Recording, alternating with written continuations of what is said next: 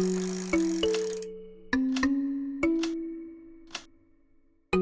following interview is with Frank A. Rose.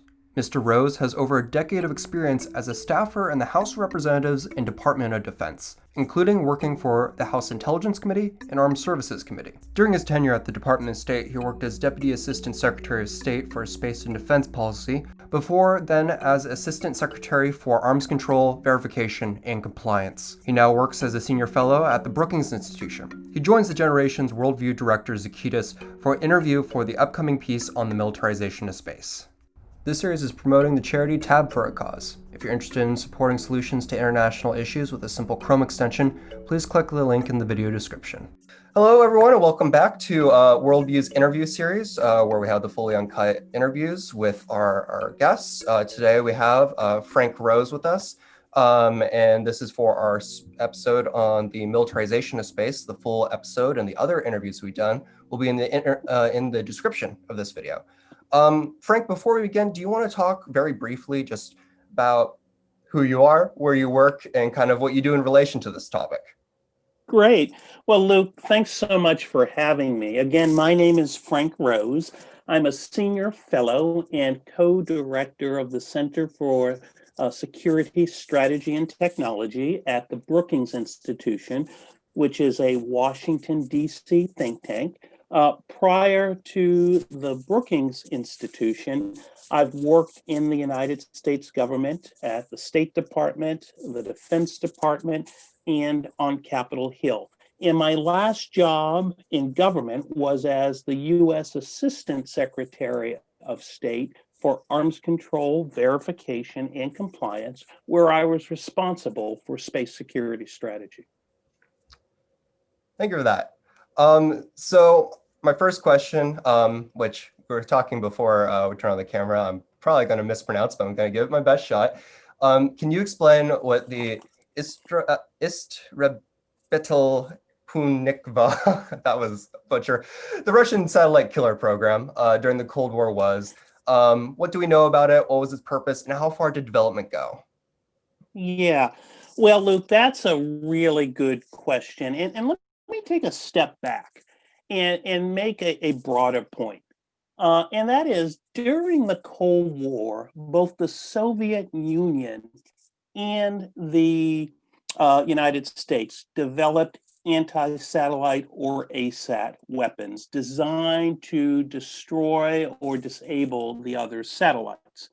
But a really important point to make is neither side moved forward with large-scale deployments of these systems. As you mentioned, the Soviets had a co-orbital system, which I think the Russian name is Istrebetel Sputnik, basically Space Defender. And the Americans had another system, which was launched off, it was a missile launched off an F-15. But again, as I mentioned earlier, neither side moved forward with large-scale deployments of these systems. So the question is, why?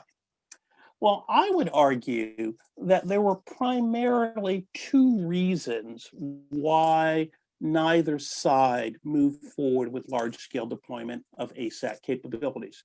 First, the damage that anti-satellite weapons could do to the outer space environment.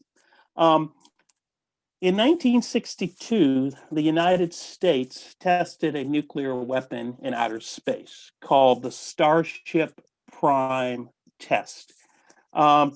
Seemed like a good idea at the time, but when we tested nuclear weapons in outer space, we damaged or destroyed several American, Soviet, and British satellites.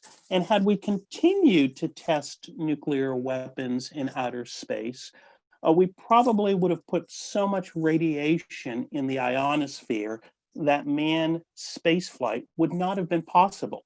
So in 1963, the United States, the United Kingdom, and the Soviet Union signed the Limited Test Ban Treaty, which prevented the testing of nuclear weapons in the atmosphere, but also prevented nuclear testing in outer space. And additionally, in the 1967 Outer Space Treaty, there's specifically a prohibition about deploying weapons of mass destruction in outer space. I mentioned the US fighter-based ASAT weapon. The United States tested it against one of its own satellites, I believe, in 1985. We destroyed the satellite. Seemed like a good idea at the time. But 14 years later, in the mid 1990s, debris from that ASAT test came very, very close to the International Space Station. So again, both sides recognize the potential damage that ASATs could do to the outer space environment. The other reason is because throughout the Cold War, there was a very, very close link between nuclear command and control systems and outer space. And there was a concern if you targeted the other's space systems, it could trigger an accidental nuclear war. So that kind of strategic restraint, as I called it, held through most of the Cold War and then in the early post-Cold War period. But something began to happen in the early 1990s. The United States was no longer using outer space just for strategic nuclear command and control. As we saw during the first Gulf War, we found out that space could be very helpful in conventional conflicts, especially with regards to the targeting of precision guided munitions. And as a result, space systems began to play a larger role in conventional combat operations conducted by the United States and our allies. At the same time, the Russians and the Chinese began to examine this very closely. And they came to the understanding that the key to American conventional military superiority was outer space.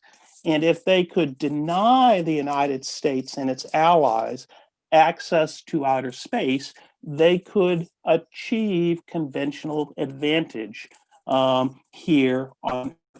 And the big wake up call for the United States was China's 2007 anti satellite test against one of its own satellites. They launched a missile, blew up the satellite at 850 kilometers in outer space. So that was a real, I would say, wake up call for the United States. And all of the actions that we have seen since 2007, the establishment of the US Space Force, the reestablishment of US Space Command, it's really a result of China's 2007 anti satellite test. That is the beginning of what I call the second space security age. The first age was during the Cold War. The second age, you could date its origins to China's 2007 ASAT test. As a very comprehensive answer. I appreciate that. Um, so, not to deviate too much from the dialogue, just to go to the question that I have next, though we will get to those more modern periods in a second. Why did Reagan pursue the Strategic Defense Initiative? And then kind of some sub questions off of that is like, was it successful and how far did it get?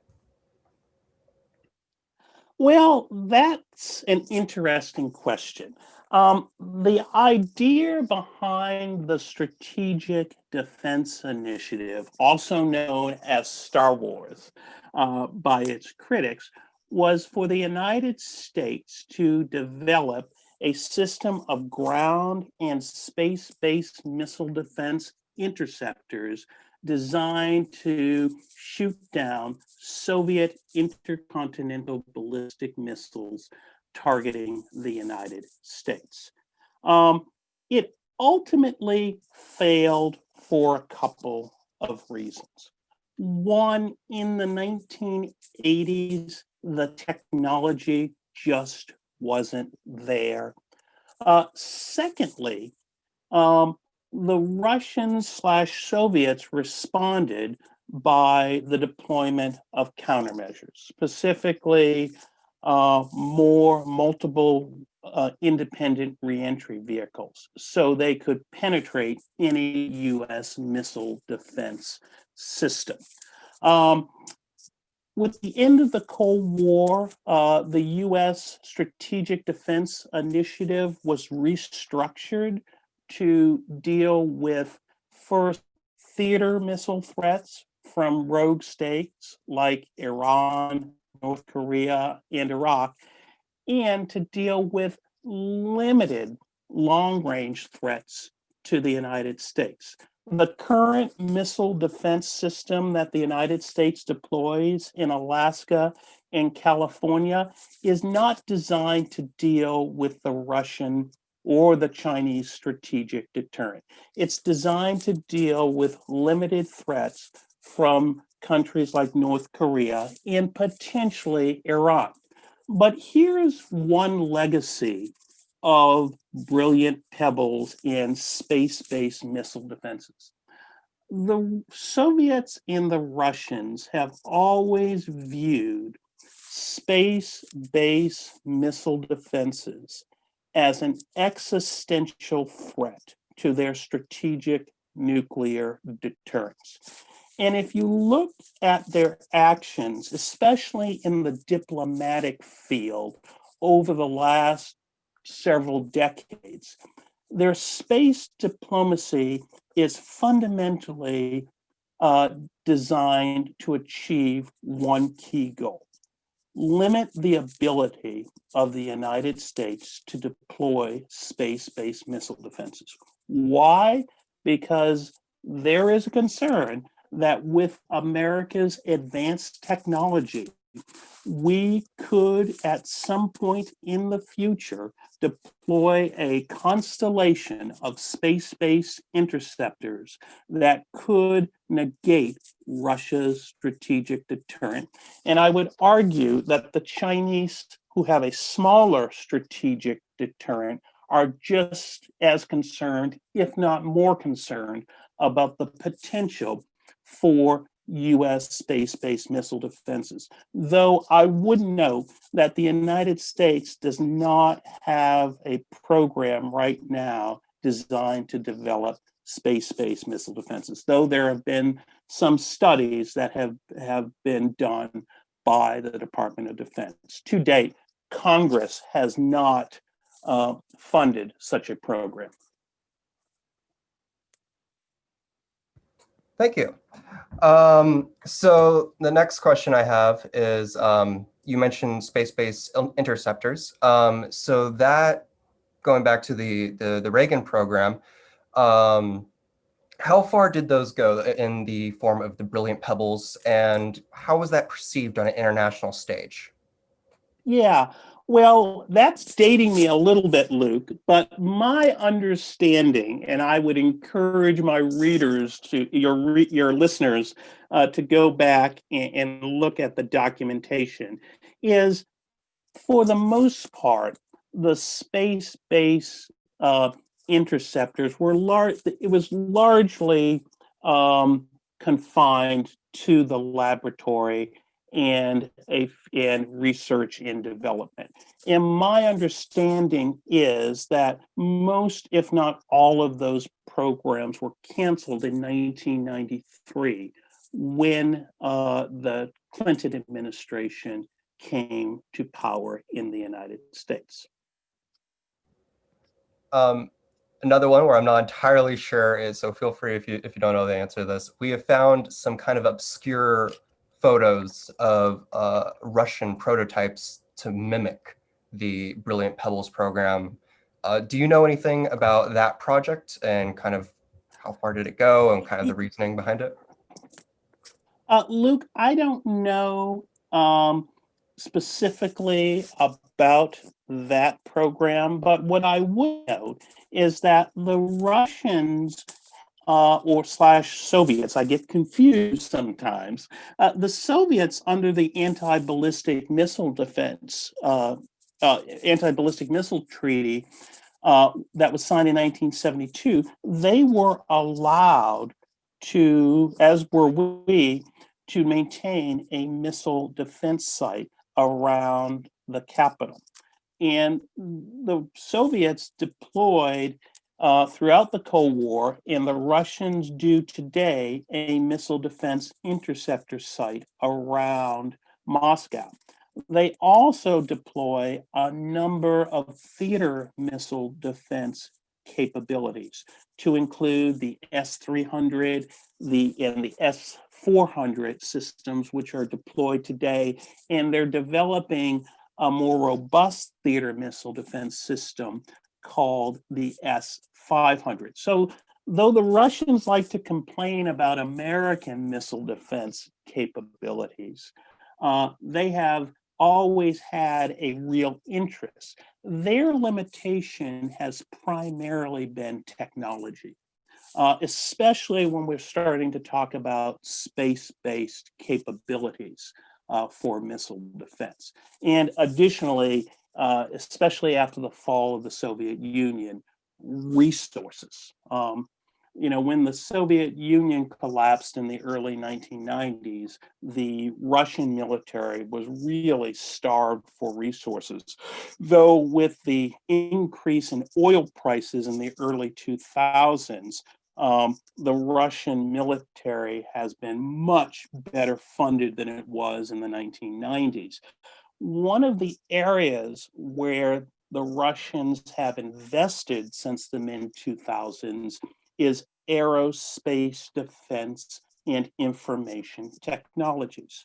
And this is a really important point, Luke, because both the Russians and the Chinese understand how important information-enabled technologies are to the American way of war.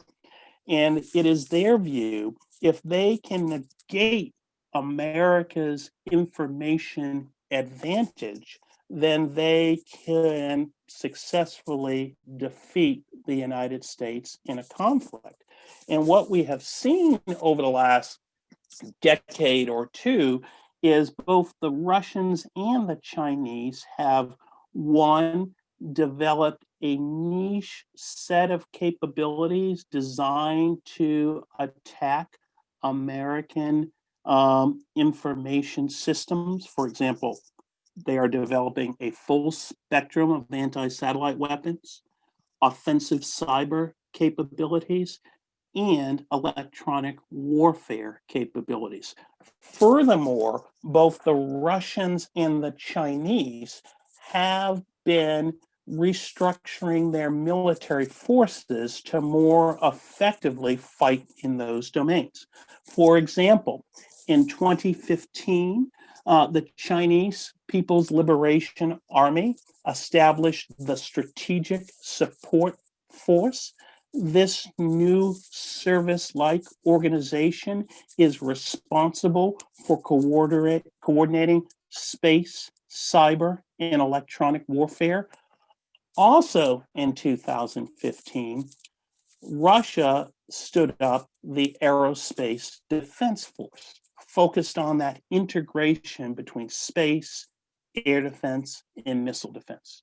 So whereas the United States just stood up the Space Force last year, the Russians and the Chinese were 5 years ahead of the United States. And, what do I attribute that to? I think a lot of it comes down to the fact that since the early 2000s, the United States was really focused on the counterterrorism fight. We were not really focused on great power competition. Whereas the Russians and the Chinese saw the United States as their prime adversary, and they were studying what we did very closely in developing specific capabilities designed to negate our advantages. From a strategist point of view, you kind of have to tip your hat to the Russian and Chinese strategists because they are doing exactly what I would be doing if I were them, looking for America's asymmetric vulnerabilities and designing capabilities to exploit those vulnerabilities.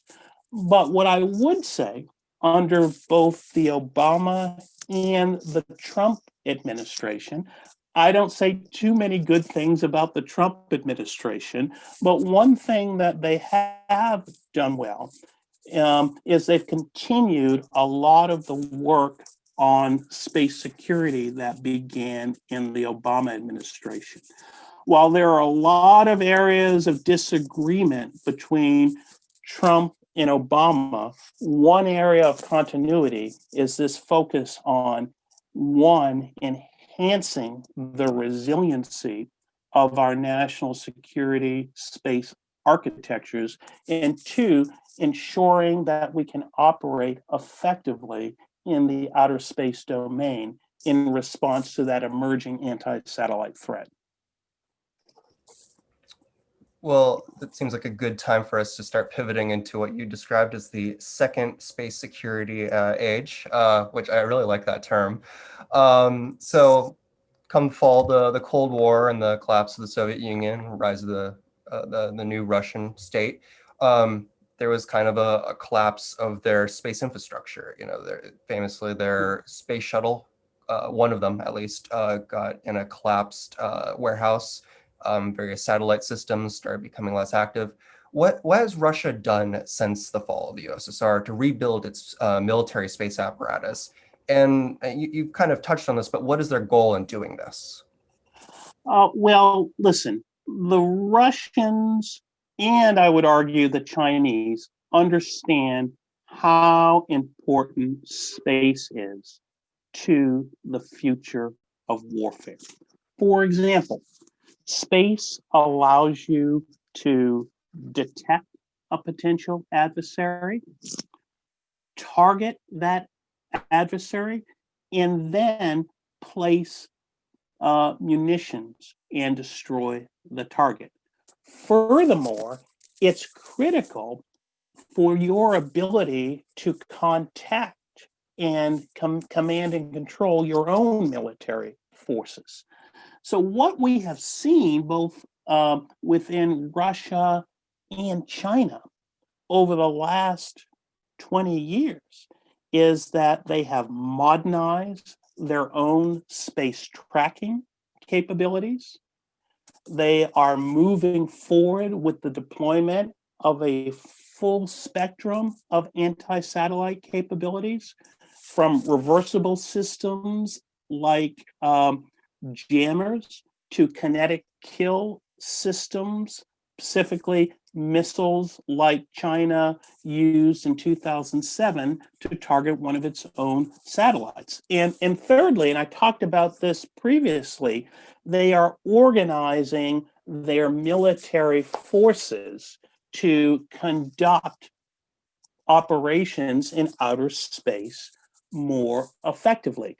And let me read a quote from former Director of National Intelligence, Dan Coates. And this is from his 2019 testimony before the Senate Select Committee on Intelligence. He stated, and I quote, "We assess that China and Russia are training and equipping their military space forces and fielding new anti-satellite weapons to hold U.S. and allied space services at risk." End quote. So, like I said, they haven't been able to modernize every part of their military, but these aerospace information technology related elements of their military have been receiving high priority, as have the modernization of their strategic nuclear deterrence. For example, the Russians have essentially completed the modernization of their nuclear deterrent. Uh, and the Chinese have been actually expanding the size and scope of their nuclear capabilities. Now, what I would say, though, is that Russia's modernization program is fully consistent with their obligations under the US Russia New START Treaty. China is not a member of the New START Treaty, and the US defense intelligence community has assessed they could potentially, over the next decade, double the size of their nuclear deterrent from the current estimate of around 200 deployed nuclear warheads to around 400 at the end of the decade. However, from my perspective, it doesn't seem that the Chinese nuclear buildup is designed to allow them to reach parity with the United States. From my perspective, it's fundamentally about two things. One, ensuring that China can maintain an assured second strike retaliatory capability. And second, comes back to one of the first questions that you had, ensuring that the Chinese nuclear force can penetrate any US missile defense system. Thank you. So next question, I don't think a lot of people think about, but going through all of these interviews that we've done so far, pretty much everyone who knows anything about space is very much aware of this, which is the importance of space security in reference to our national and global economy. Can you go over a little bit on why the national and global economy is kind of structured in reliance to our outer space assets? Yeah, I mean, Luke, excellent question. Space is critical not just to US national security, but our economic security. For example, space assets provide global navigation, timing, and precision capabilities. So, our GPS systems are dependent on those GPS satellites.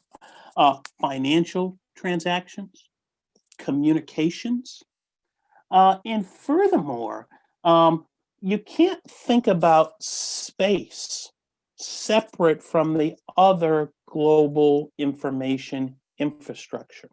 They are connected to our undersea communications cables, our cyber systems. So I think the best way to think about space is as a key building block for the entire international economy.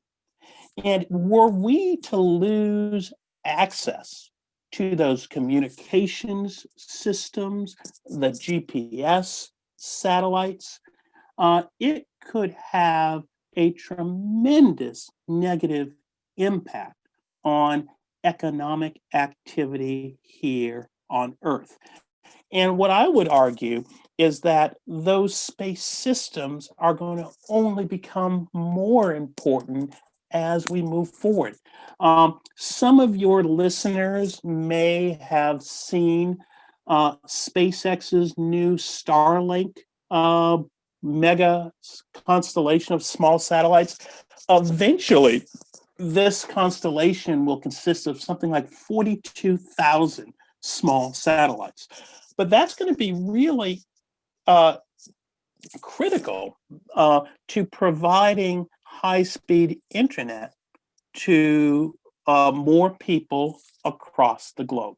So, like I said, I don't think I can underestimate how important space is to the global economy. If we were to lose access to space, it would have a devastating impact on economic output around the world. Very well stated. So next question, you touched on this, but I was wondering if you could both define it and then also kind of go into it, which is the concept of reversible and non-reversible tactics in the context of space military confrontations. Could you Yeah. first define reversible and non-reversible, and then kind of walk us through Yeah. what the space methods are? Yeah. Well, reversible activities are activities that will do temporary, let me rephrase that. It would temporarily impair a space system, but within a couple of hours or a couple of days, um, the satellite would be back online. Okay. Non-reversible is that means you permanently take out or destroy a satellite. And I think the best way to describe anti-satellite weapons is that there is a spectrum of capabilities that go from reversible to non-reversible. Starting with the reversible set of capabilities, those are things like jammers, okay? Um, a jammer is a system that is designed to prevent a space system from transmitting information back to Earth for a limited period. Okay, so you jam it for a certain period, but then you stop jamming and the satellite works again. Okay, another kind of reversible system would be a laser. You dazzle a satellite with a laser and it temporarily blinds it. As you move up that spectrum towards the reversible end, you have systems like, for example, robots that could get close to a satellite and do temporary damage or potentially destroy a satellite. And then at the far end on the reversible spectrum, you have kinetic interceptors like the interceptor China launched in 2007, which blows up and permanently destroys a satellite. I would also include in kind of the reversible area is cyber attacks against ground stations or satellites. So anti-satellite weapons are not a single weapon. A lot of times when we think about anti-satellite weapons, we think about a missile slamming into a satellite and blowing it up. That is one type of ASAT or anti-satellite weapon.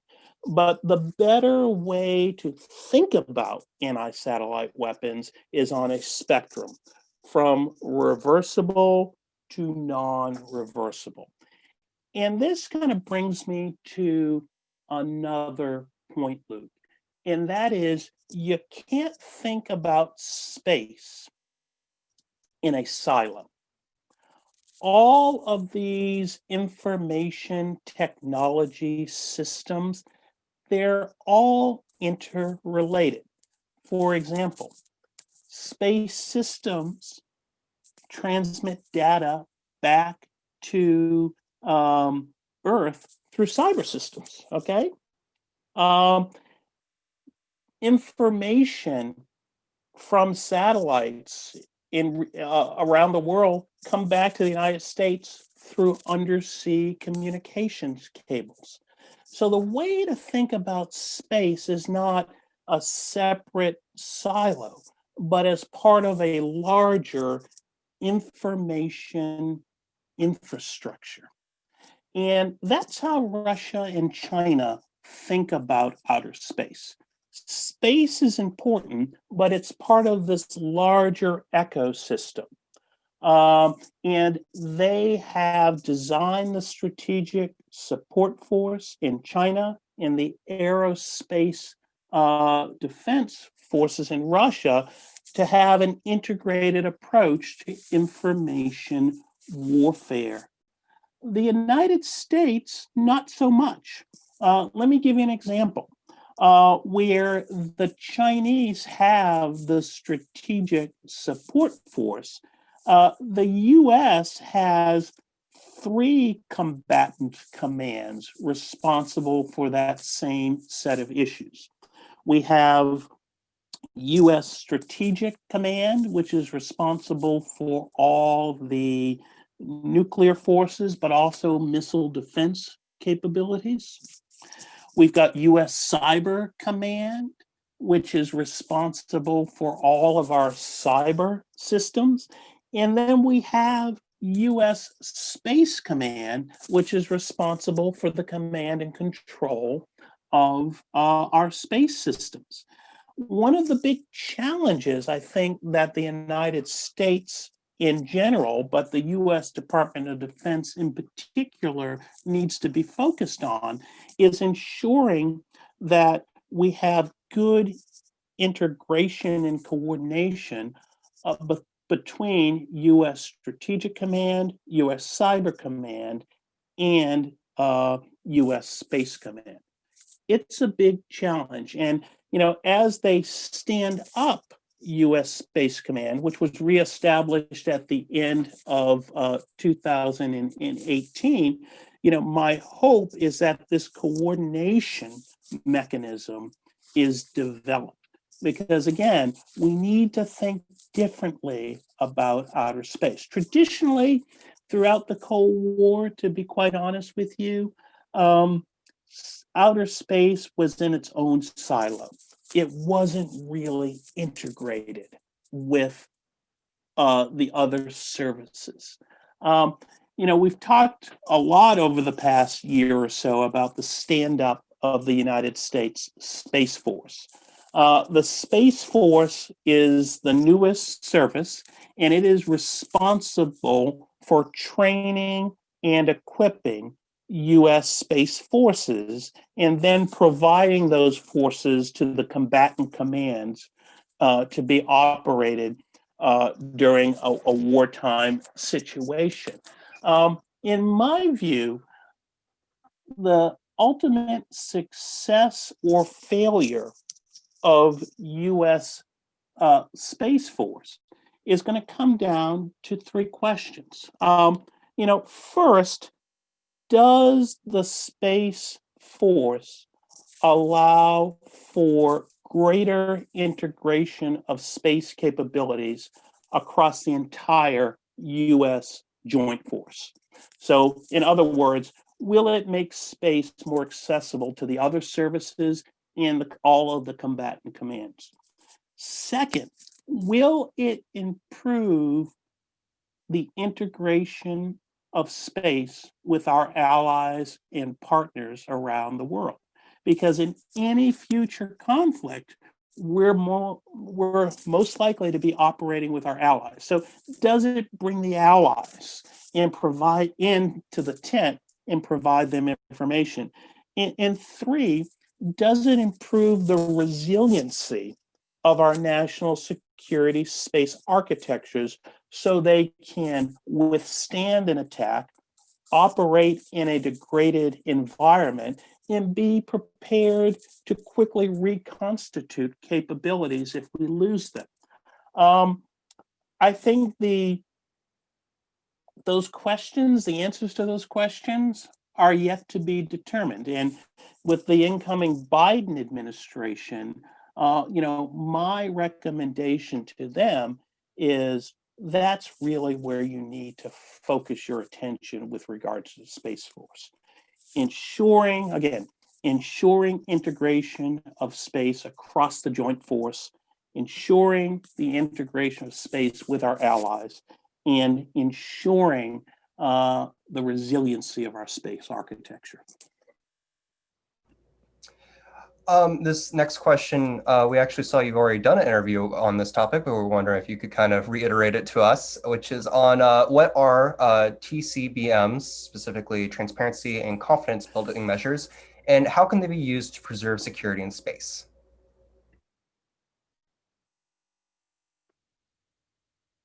Yeah, I mean, TCBMs, or transparency and confidence building measures, are a set of measures designed to reduce the risk of misperception, miscalculation, and conflict. Um, Throughout our history, the United States has pursued TCBMs. For example, in 1972, the United States and the Soviet Union signed the Incidents at Sea Agreement. And what that agreement essentially says is that we will put in place a set of practices for our naval forces to ensure we don't have an incident that could lead to an unintentional conflict or war.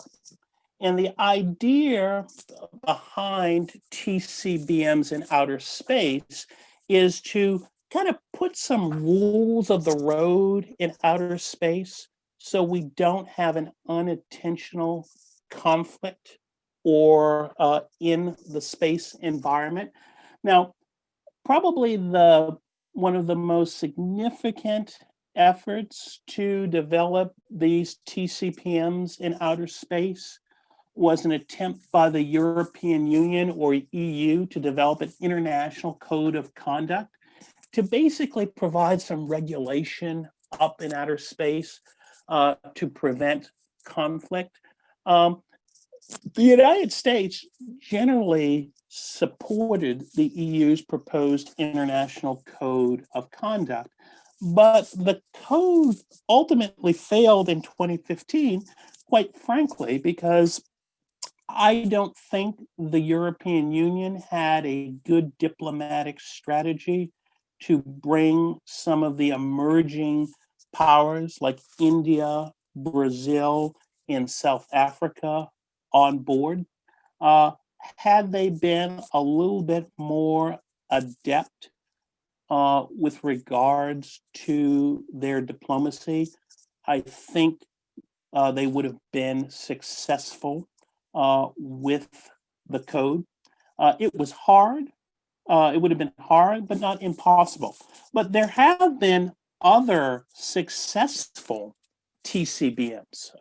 For example, in 2007, the UN Committee on Peaceful Uses of Outer Space developed the UN Debris Mitigation Guidelines, which are a set of non-legally binding guidelines designed to prevent or help manage the growth of orbital debris, which is a real challenge in the outer space environment. Over the last several years, that same United Nations body has developed long-term sustainability guidelines to help improve the safety of the outer space environment in the long-term sustainability of the environment. In my view, the biggest challenge we face in the outer space environment is the growth of orbital debris. Uh, Orbital debris makes it very difficult for space faring nations and space faring companies to operate their satellites because it's getting too crowded, because you always have to maneuver to avoid collisions. If I were making a recommendation to the incoming Biden administration, my recommendation to them in the TCBM area would be take steps to strengthen the international norm against debris generating events in outer space because debris is a threat to the space systems of all nations. Let me come back to make a point to the China's 2007 ASAT test. That test was conducted at 850 kilometers in outer space. Debris from that test will remain in low Earth orbit for potentially hundreds of years. And there have been thousands of close approaches between space systems of all nations and debris from China's 2007 ASAT test, including Chinese satellites. When I was Assistant Secretary of State, I would often meet with the Chinese to try to work with them on this issue of orbital debris. And one of the slides I would always bring was prepared by the then Joint Space Operations Center at Vandenberg Air Force Base in California. And this slide would show the number of close approaches that have occurred to Chinese satellites from debris from China's 2007 ASAT test. And by the time I left government in 2017, there were well over 1,000 close approaches. So that kind of brings the point. It's in everyone's interest to try to prevent the growth of orbital debris. Because if we have a number of additional tests like China's 2007 ASAT test in low Earth orbit, it's going to make it very, very difficult to operate satellites in low Earth orbit. And if we lose access to low Earth orbit, that would fundamentally transform our life here on Earth. That is a very scary image you are painting. Building off but of very that. real. I mean, Luke, let me just come back to make a point. In 2007 and 2009, there were two major debris generating events. The 2007 Chinese ASAT test, but then in 2009, there was an accidental collision between a defunct Russian Cosmos satellite and a commercially operated Iridium satellite. Between the collision and China's ASAT test, those two events are responsible for 1/3 of the debris in low Earth orbit. So just two events within 2 years dramatically increase the amount. Imagine if we have 10 satellites explode in low Earth orbit during a war. Big problem. Very much so. That is a very serious concern. Another approach that some have seen as potentially being another TCBM, the Prevention of Placement of Weapons in Outer Space Treaty. Hopefully I'm saying that right, which I believe has the support of Russia and China, but not from the US. Can you speak as to why the US isn't supporting this yet? Yeah, no, it's also that treaty is also known as the PPWT for short.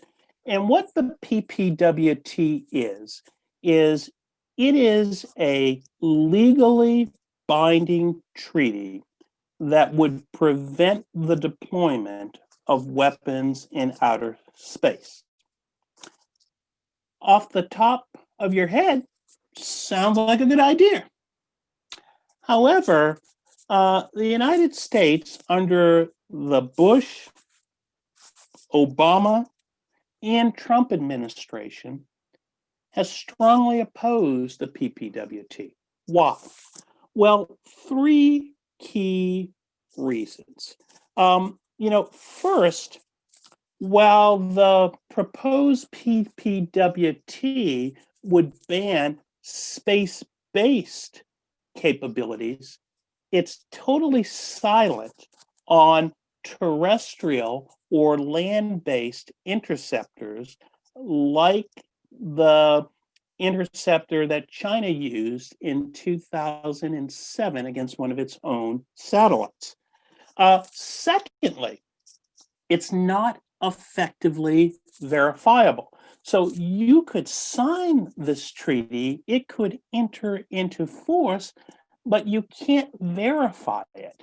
And an interesting point, Luke, is that even the Russians and Chinese admit that with current technologies, the PPWT is not effectively verifiable. And the third concern is that it really doesn't define what a weapon in outer space is.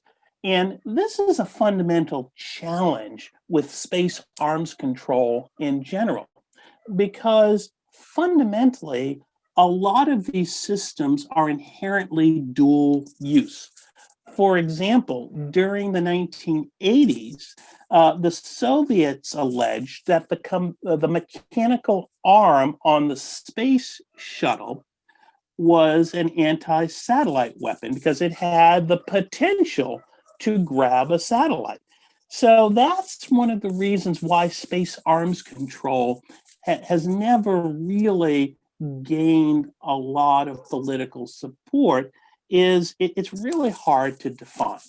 Now, fundamentally, what I think the PPWT is about, it is about Russian and Chinese concerns about the potential deployment of the United States of space-based missile defenses.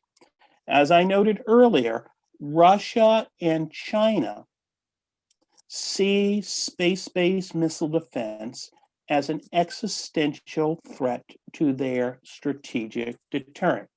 And the PPWT is part of their larger diplomatic strategy to put pressure on the United States not to move forward with space-based missile defenses.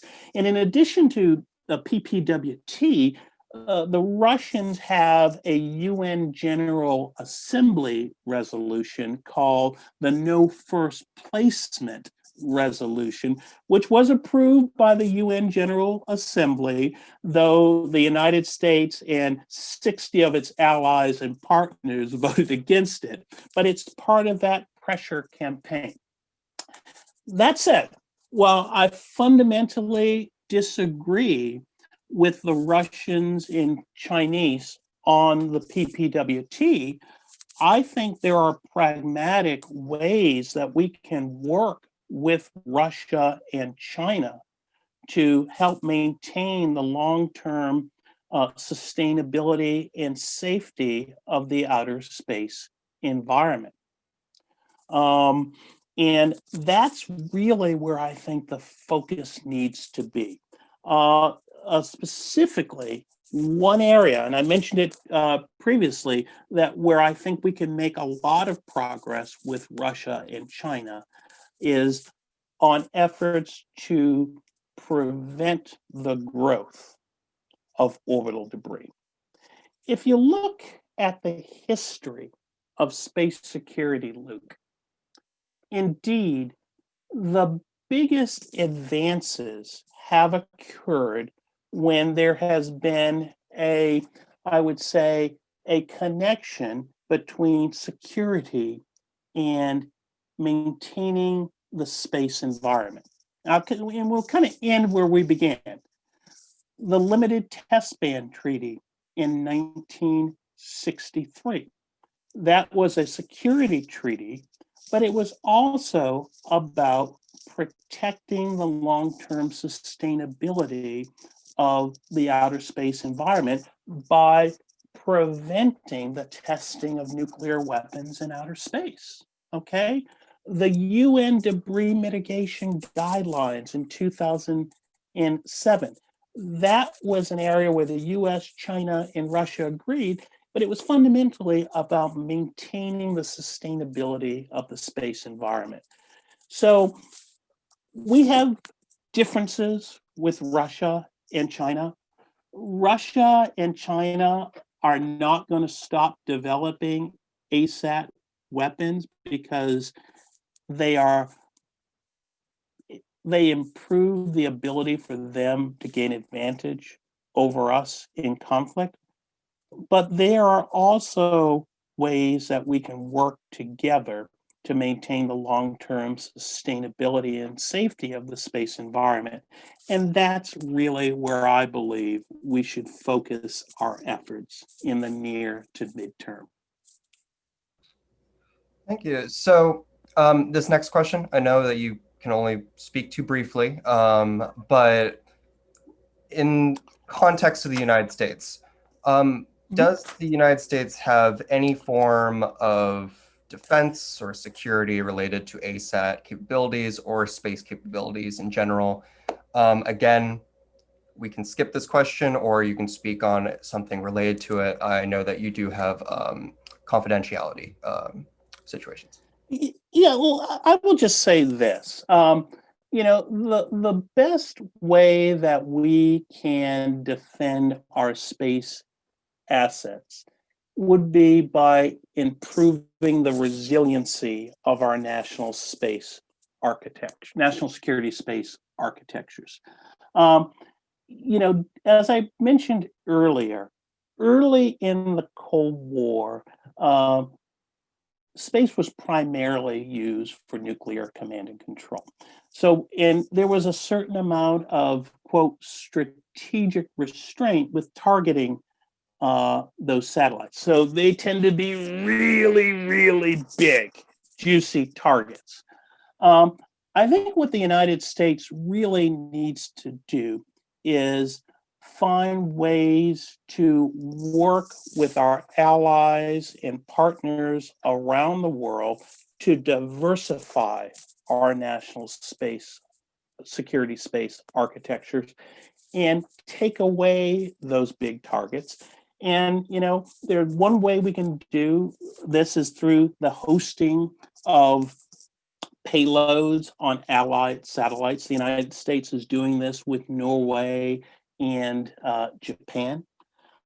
Another way we can do this is by improving our partnerships with the commercial sector, um, who are doing some really fascinating things with regards to small satellites.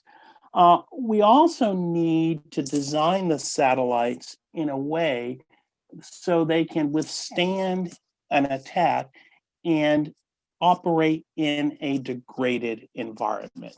So, if you were to ask me where I think the United States should put its investments over the next 10 to 15 years, I would say find ways that allow us to distribute our space capabilities over a wider swath of satellites, ensure that they can operate in a degraded environment, and three, ensure we have the ability to reconstitute satellites quickly should they be attacked and destroyed or disabled in outer space. So if somebody shoots something down, making sure we have a responsive launch capability so we can put something up quickly in response. So that's where I think the focus needs to be. And the good news, Luke, is that over the last 10 years, under both the Obama administration and the Trump administration, I think the United States and its allies are moving in the right direction. And there's a lot that the Biden administration can build on. That segues pretty nicely into our next question, which is a mixture of opinion and explanation, which is both what is the purpose of the Space Force, and then also, do you believe that this restructuring of our space assets is beneficial for the future of our space security? Um, I'll be honest with you, Luke. I was agnostic about the creation of the Space Force. I wasn't a strong proponent of the force, but I wasn't an opponent either. Um, the proponents argued three reasons for creating the Space Force.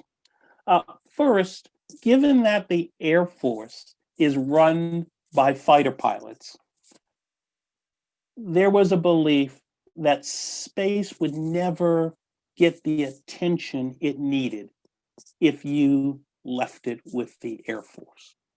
I think there's some truth to that. Second, there was a concern that the Air Force wasn't effectively growing our space operators. You know, as a space operator in a culture dominated by fighter pilots, you were never going to be able to rise to the level you needed to. Some truth to that. And third, they argued that the space acquisition process was broken. Specifically, it was too expensive and took too long to deploy satellites. I'm not sure if the Space Force is going to solve the space acquisition challenge. I think the fundamental challenge that the Air Force faced with deploying space systems and the Space Force will face similar challenges is DoD acquisition regulations, as well as the congressional budgeting process.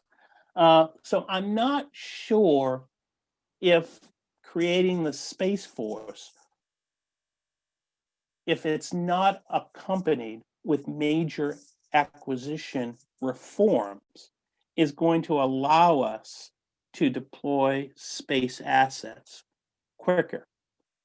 As I noted earlier, I think the ultimate success or failure of the Space Force will depend on one, the ability of the Space Force to integrate space across the joint force, two, integrate space with our allies and partners, and three, improve the resiliency of our national security space architecture. The jury is out.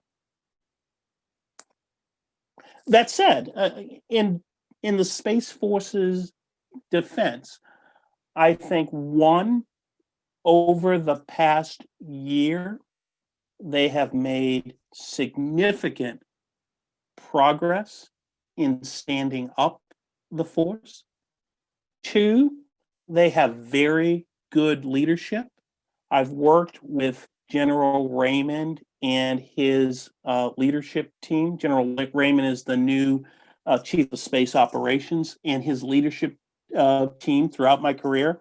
These are A1 professionals, and more importantly, they understand that broader strategic picture, specifically the need to integrate with the other services in the combatant commands, and also to work with our allies. For example, General Raymond was the vice commander of United States 5th Air Force, which was based in Japan, and their job was to work with the Japanese. I think they're off to a good start, but they've got a lot of work to do in the coming months and years. The good thing is, I think support for improving U.S. military space capabilities is bipartisan. So there will be a lot of support, in my view, for space capabilities and I think the Space Force in an incoming Biden administration. That's my hope, at least. One term that you mentioned, and we've come across a couple times, that I just want to make sure that we understand properly is the acquisitions process. Could you Yeah. quickly define how that works and then in the context of space? Well, Luke, that's the $10,000 question. Um, the DoD acquisition process was put in place to ensure that we were developing systems that met a military requirement and that we kept cost growth down.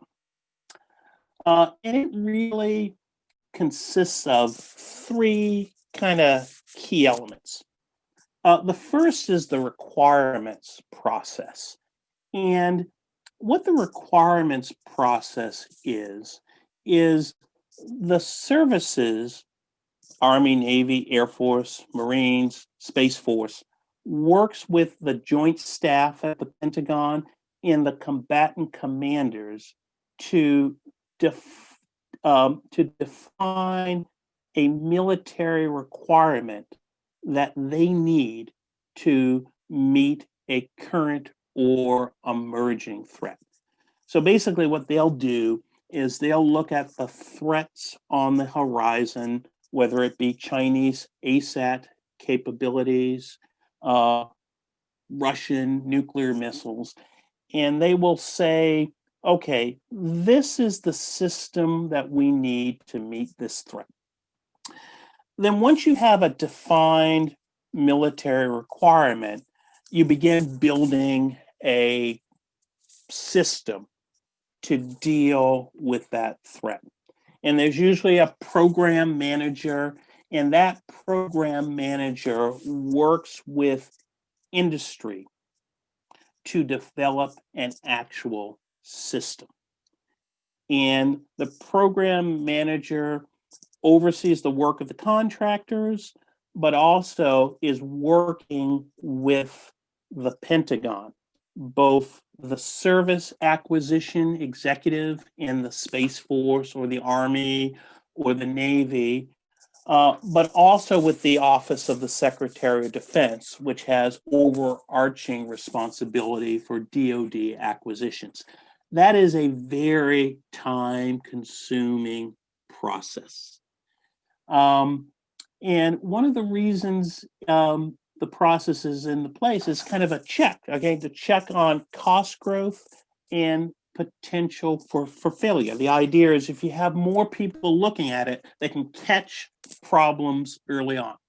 But that's only the internal DoD process. On top of that, you have Congress, which has to fund every single military program. It takes a lot of time to get a military requirement, establish a program, and work it through the Pentagon, and then get Congress to fund it. So the key challenge when you talk to acquisition experts is this: how do you streamline the requirements process to move it quickly? Two, how do you eliminate some of that acquisition bureaucracy in the Pentagon so one person can't stop the program from moving forward? Because right now, for an average acquisition program, you need like 60 or 7 sign offs from various offices, depending on the program. And then, thirdly, and this is, in my view, the biggest problem is, how do you get Congress to provide you more flexibility? So my view has always been,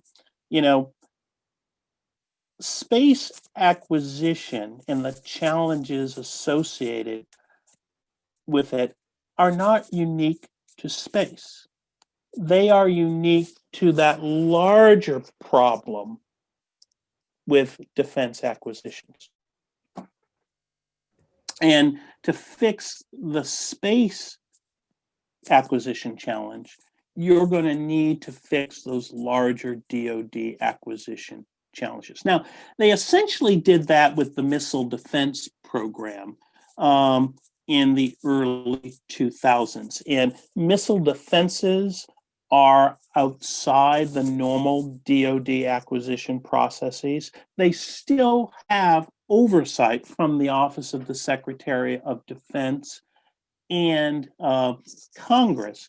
But because they have special authorities, they can move more quickly than the normal acquisition process. Therefore, there may be some lessons from the missile defense program that could be applied to the national security space program. Okay, so for our last question, again, a little bit broad, but can you state, both in your personal opinion and kind of what we're seeing in the international security community, what the most pressing and concerning Russian and Chinese space assets, whether it be ASAT or one of the other various methods, that we should be keeping an eye out in the present day? Thanks very much, Luke. I would say my biggest concern in the near term are Russian and Chinese debris generating anti-satellite capabilities, like the system China tested in 2007. The biggest reason for that is it has the potential to further pollute low Earth orbit with orbital debris, which, as I noted earlier, is a threat to the space systems of all nations. My longer term concern is the integration of other disruptive technologies, especially offensive cyberspace capabilities that could be used against our ground stations.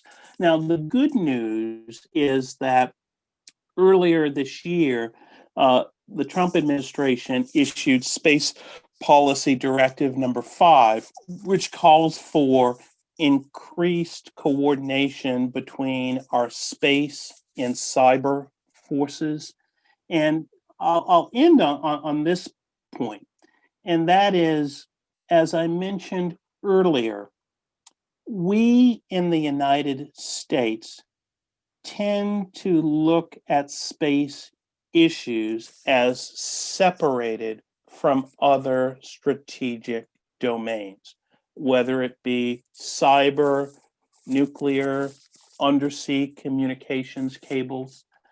As we move forward, I think it's going to be imperative that the United States Department of Defense organizes itself in a way that ensures proper coordination between our space, cyber, and nuclear forces. Well, thank you for joining us, Mr. Rose. Again, for our viewers, if you're interested in watching our full episode, it will be in the description of this video, as well as the other interviews we did. Again, Mr. Rose, we really appreciate having you join us, and we hope everyone has a good day.